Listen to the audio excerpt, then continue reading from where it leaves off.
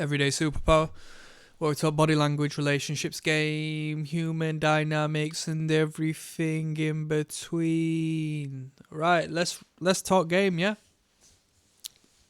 Foundational stuff, little philosophy, little meditation for you.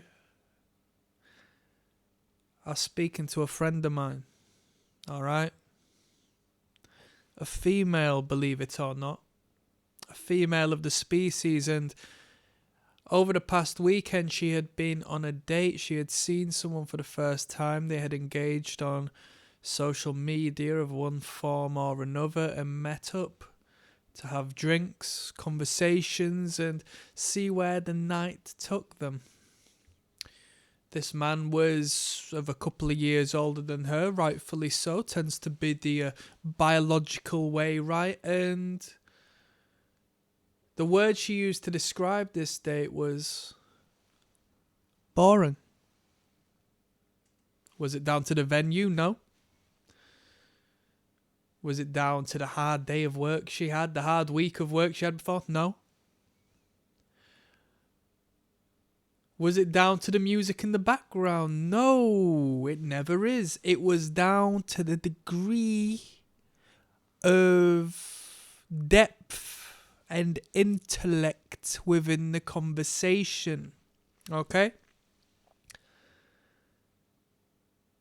Well, why are you saying this? Well, I'm saying this to say this. We're going to go into a little bit of a ramble on this topic, but you need to stimulate the fascination, the imagination of the mind when it comes to these women, right? The spoken word is more valuable in the woman's world than in the man's world, yes? That's why women, at least in the old days, loved poetry, and men would write poets and love songs and speak in eloquence and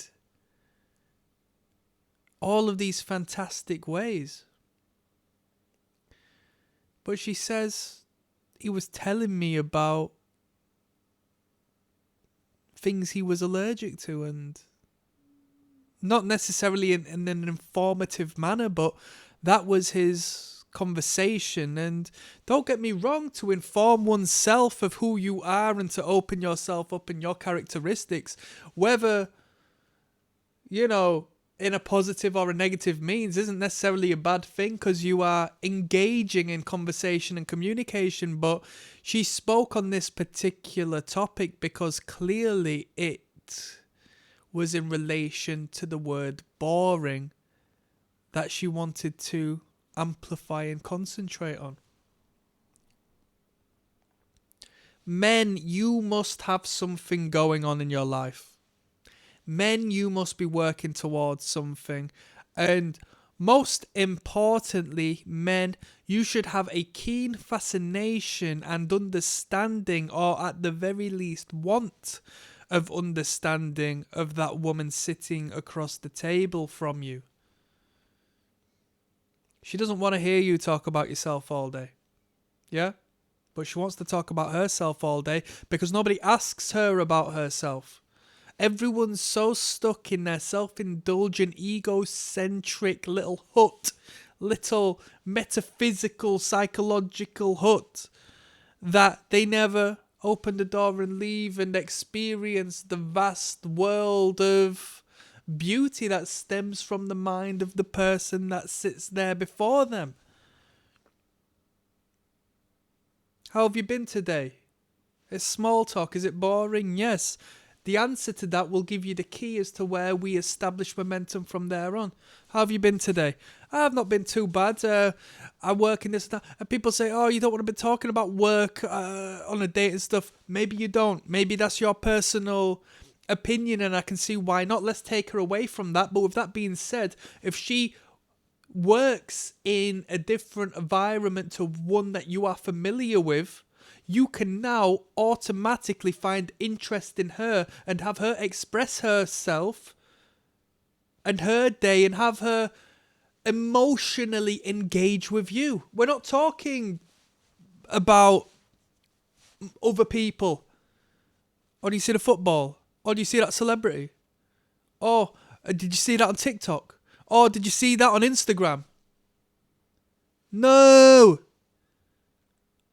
I dated some girl, yeah? She worked at an insurance firm, yeah? Most people would find it boring. She worked on the phones at an insurance phone for, car accidents, car insurance, car claims. Bro, I drive. Why would I miss this opportunity to garner information from a side I'm unfamiliar with? The intelligence within that realm of car insurance is fascinating to me because I want to play my cards right given I potentially get into an accident. I can start to genuinely inquire and show interest in that other person. And have you seen how I'm not talking about myself, but we're creating a great dynamic because I'm genuinely fascinated for the sake of myself, but I'm giving her 70%, 80% of the space to talk. And women are the talkers of our biological duality. Women are the gossipers. Men like to build and create and graft and grind. And women like to socialise and get together and gossip and talk about things and people.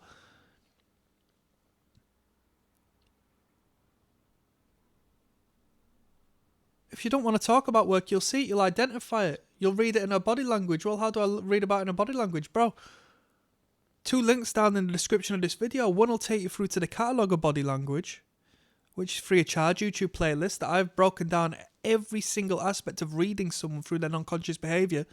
Second to that's the Patreon, where you'll learn how to date by watching attraction and repulsion cues in videos we watch together, and I'll break down that game. You won't find that elsewhere. So if you're not interested about talking about her work, what does it matter?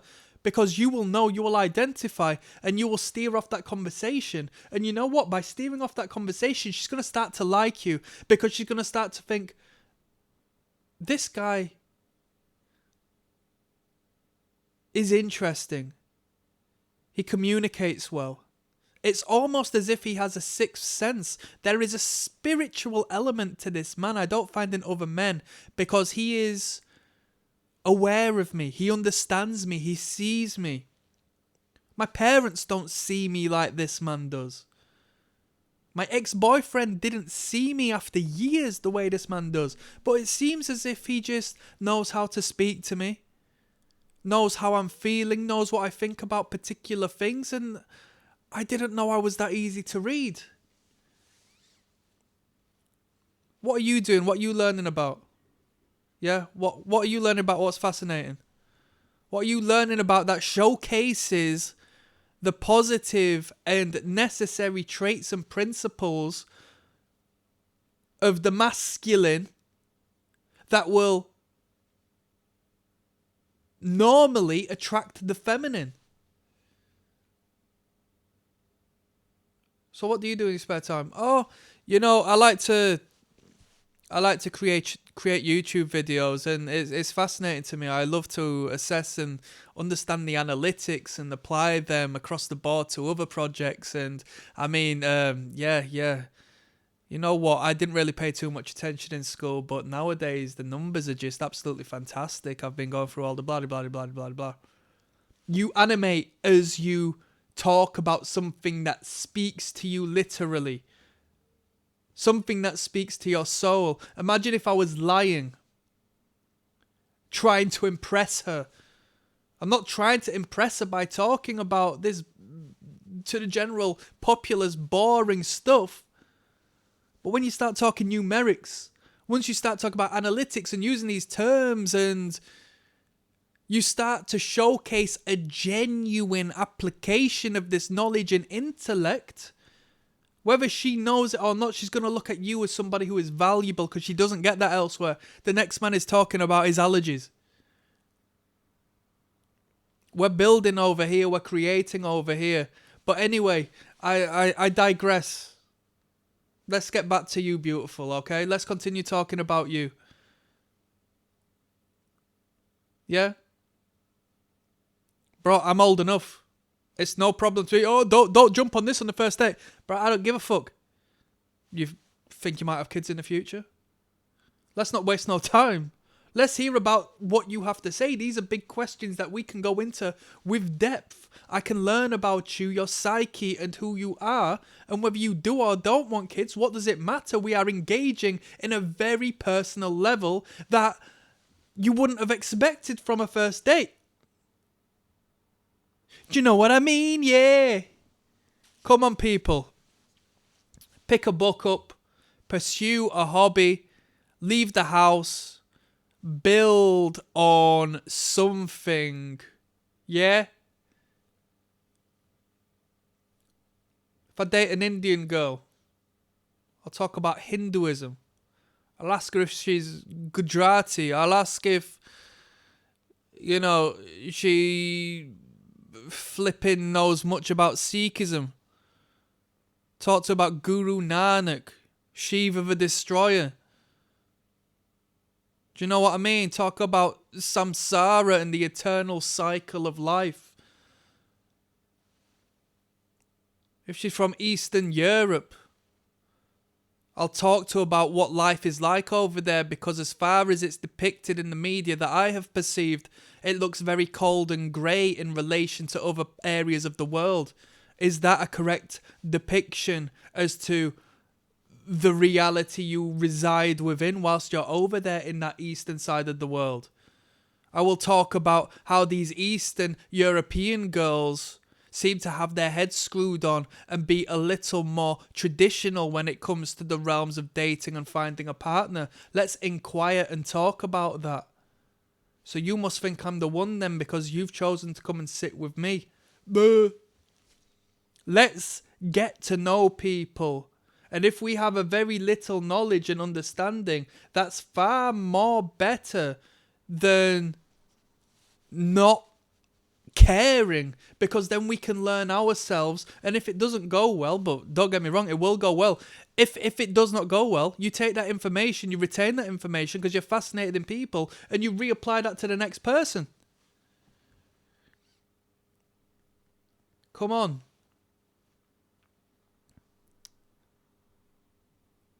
When you go to another place on planet Earth, their culture and people will look at you as a tourist and detest you for being different. It's tribalistic. But the moment you start to speak their language back to them, whether it be correct or not, you don't have to speak their language to a T. They will find fascination and respect towards you because you have shown interest in who they are, their background, their culture, their entity, their everything. You become them. Leave your skin and enter theirs. Let's create fascinating, stimulating conversation. Yeah? I'm signing out. Peace.